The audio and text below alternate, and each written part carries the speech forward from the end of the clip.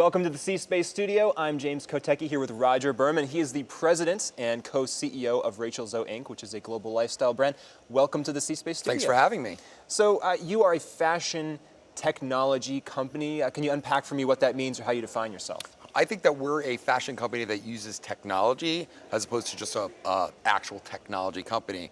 And I think at this point, fashion being a little bit late to the game, I think we're seen as probably one of the innovators in fashion because we were very early to the game in using, sort of digital technology to communicate with our audience. So tell me about some of the ways that that plays itself out specifically. What kind of channels are you using?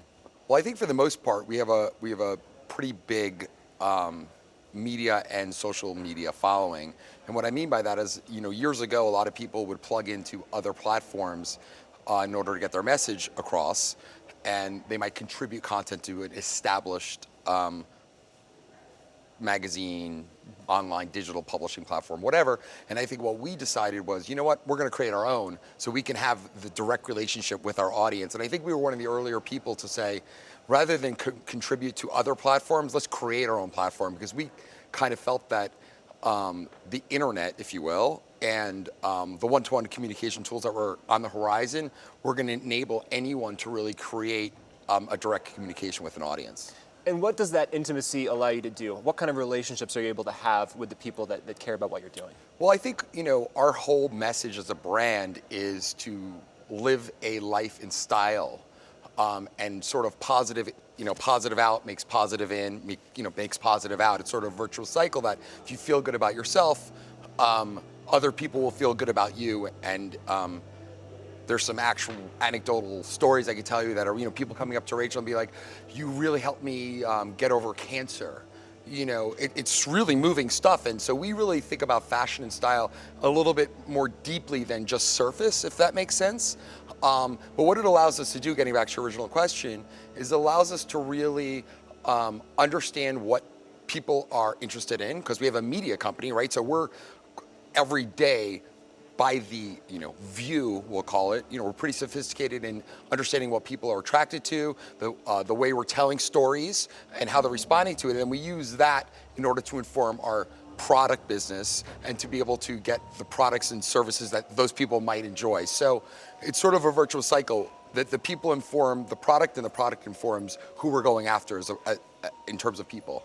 One of the interesting things to me about fashion is, I think almost more than any other industry, it's so inherently linked to actual products in a natural way. Yeah. So it's not like if I'm doing selling a sitcom or something, I have to somehow insert brands into it. If you're talking about fashion media, you're talking about products that theoretically your audience wants to buy. Does that give you different opportunities? Yeah, I think that's a great question. I do think it gives us amazing opportunities because, I've talked to a friend of mine who, I won't say what company they were with, but they were able to get, call it 100, 200 million unique views, right? And as a publishing company, a lot of, now it's engagement, but it's always been some measure of, page views, unique views, engagement. But he had a hard time, even with all those unique views, actually selling ads against it, because the reality is those people are reading news or general interest stuff. So you're trying to take them out of that environment and sell them something else.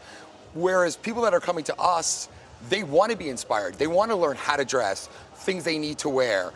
Should they wear white after Labor Day? Things like that. And so it's really an inherent opportunity for both us and other, we'll call it niche lifestyle publishers, that there is room for us in, with this sort of very, very large scale digitization that we see with the Facebook and Google and the like. And talk to me a little bit more about that integration. I mean, maybe in the present or maybe in the coming years, how do you see the ability of a person who's consuming some of your content to then go ahead and purchase that in the seamless ways that that's going to be enabled by technology? Well, I mean, we're already doing it, frankly.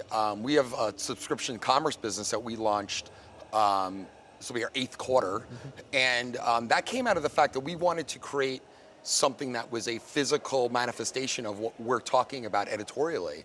So we're sort of using what we know people are excited about, putting that together and packaging it up for them using, I guess you're saying, technology. I mean, subscription commerce, billing technology, and all that stuff comes into play. We would not have been able to create this business 10 years ago for what we did it.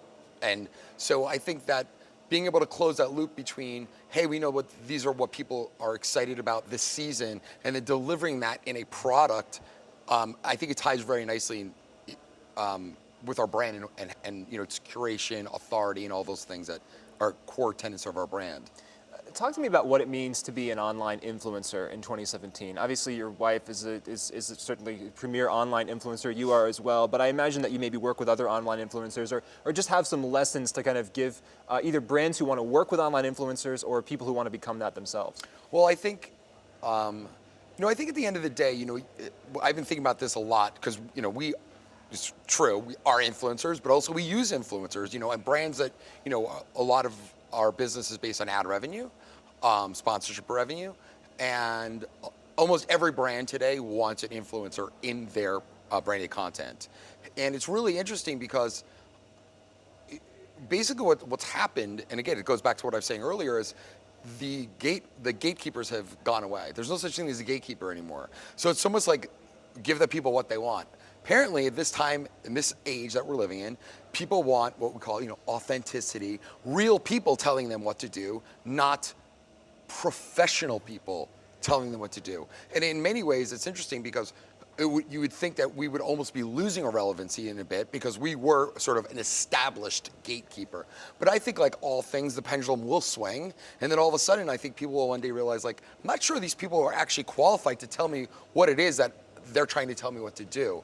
And I think like all things, it'll swing back and there'll be that sort of gatekeeper mentality will come back because at the end of the day, and we find this, our brand is built on this, you know, authority, you know, people really want, I don't want to say they want to be told what to do, but they want things that are easy. They want life to be easier. And a lot of times, especially fashion, it's very intimidating. Fashion is the only thing that every single person in the world uses. It's strange. Like, you might use that computer, but some people might say, you know what, I don't use portable computers. I like my desktop. But clothing is the one thing that 100% of the world uses. So it's actually, you wake up every morning and you have to put something on. And it's a really interesting, it's very stressful for some people, especially depending on the situation. Going to a wedding, my first job. And it really can influence your mood and how people judge you. So it's actually really important when you're talking about, oh, you should get an education, you should learn how to speak well. All of those things that everyone takes for granted, like, oh my God, of course you have to do that. But no one really thinks about appearance and how important that is for your day-to-day life. So what we try and do is distill that down to people. It's, you know, we're one part service and one part inspiration and knowledge. So that's sort of what we always try and do and we always try and reinforce. Yeah, that's really interesting to think about the kind of permeable maybe barrier between amateurs and professionals and who people are looking to. And I also wonder, you know, if the era that we're going into is kind of this mix where eventually if you are an amateur but you're sought after enough and people think that you're good enough, you'll effectively become a professional, right, and cross over into that boundary. And that's the whole point. I mean, that's the sort of whole point with, we'll call it reality stars, or the whole point with, you know, professional stars. I mean, if you think about it, there's what, probably 100,000 chefs in America. There's 10 you know of, right? So what makes those 10 you know of the ones you know of?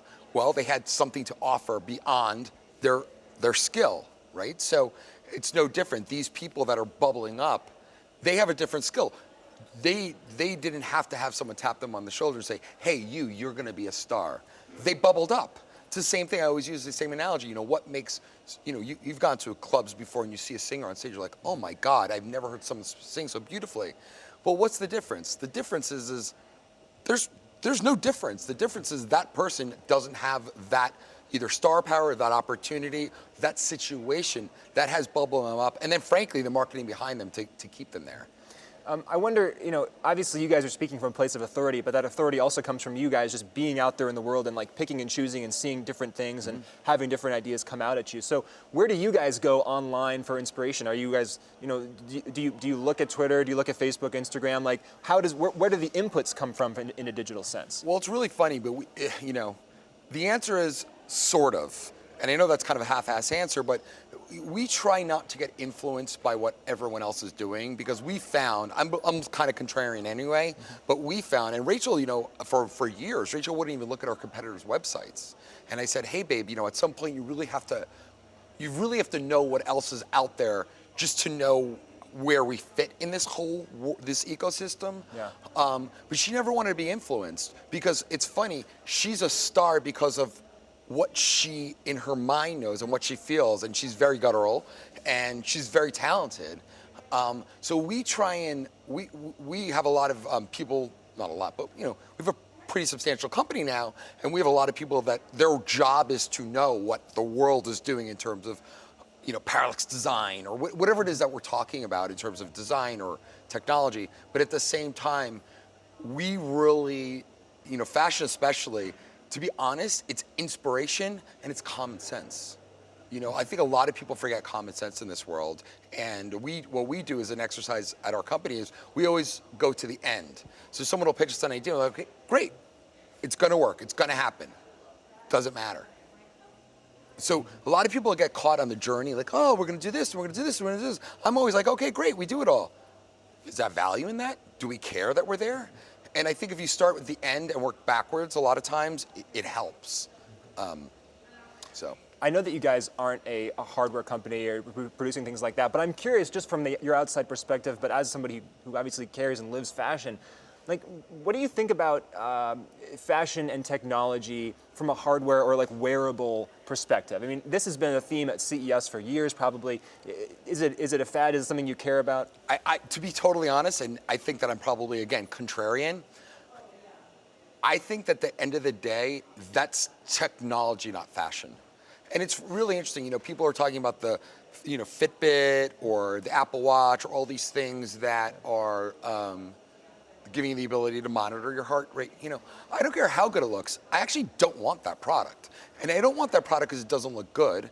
I don't want that product because I don't want to know how many steps I do in a day. It's just not something that interests me. So I think what people are trying to say is they're putting an otherwise, sort of distinct technology or function, and it's like anything else. All this is a new distribution platform for that. It happens to be you're wearing that distribution. Okay, great. But if you didn't care about the feature in the first place, who cares? So I think that's why I think it's still, where I think wearable technology is. You know what's amazing? Wicking. I go skiing. It keeps me warm because it wicks off. That's, in my opinion, wearable technology. The other stuff is just technology that it's portable now, but it's still going to only appeal to the subset of the people that actually care about that function in the first place. Right. I don't mind your contrarian viewpoint. I think it's very valuable here at CES. Especially, I'm sure a few years ago everybody was walking around wearing Google glasses, for example, and many people feel like that failed because it was unfashionable and you look like a dork wearing it. I disagree. I think it failed because nobody really cares that much about wearing that. And same thing with spectacles. Spectacles are working. You're talking about the Snapchat product. Well, now I'm talking about Spectacle. We were talking about Google Glass. Right. And I think that failed. Yeah, it was dorky, but B, I'm not sure what it did and whether I wanted that. And that's what I'm trying to say. How many times, do you come out with, you'll be shopping for a new car, let's say, and you go in the showroom and they're like, here's the 11,000 features that you have. And, frankly, you're not using most of those things. So I think that a theme in the future and something that we try and do is keep it simple, stupid, Go and I think you'll see this a lot of technology today, even Google's the best example. That homepage is still one box with 5 things on the top. It's so easy. They could have changed that UI 1,000 times by now, but they don't. And I think it's really telling. They don't because I don't think everybody, just because it can be done, it doesn't mean people want it. I think people get confused.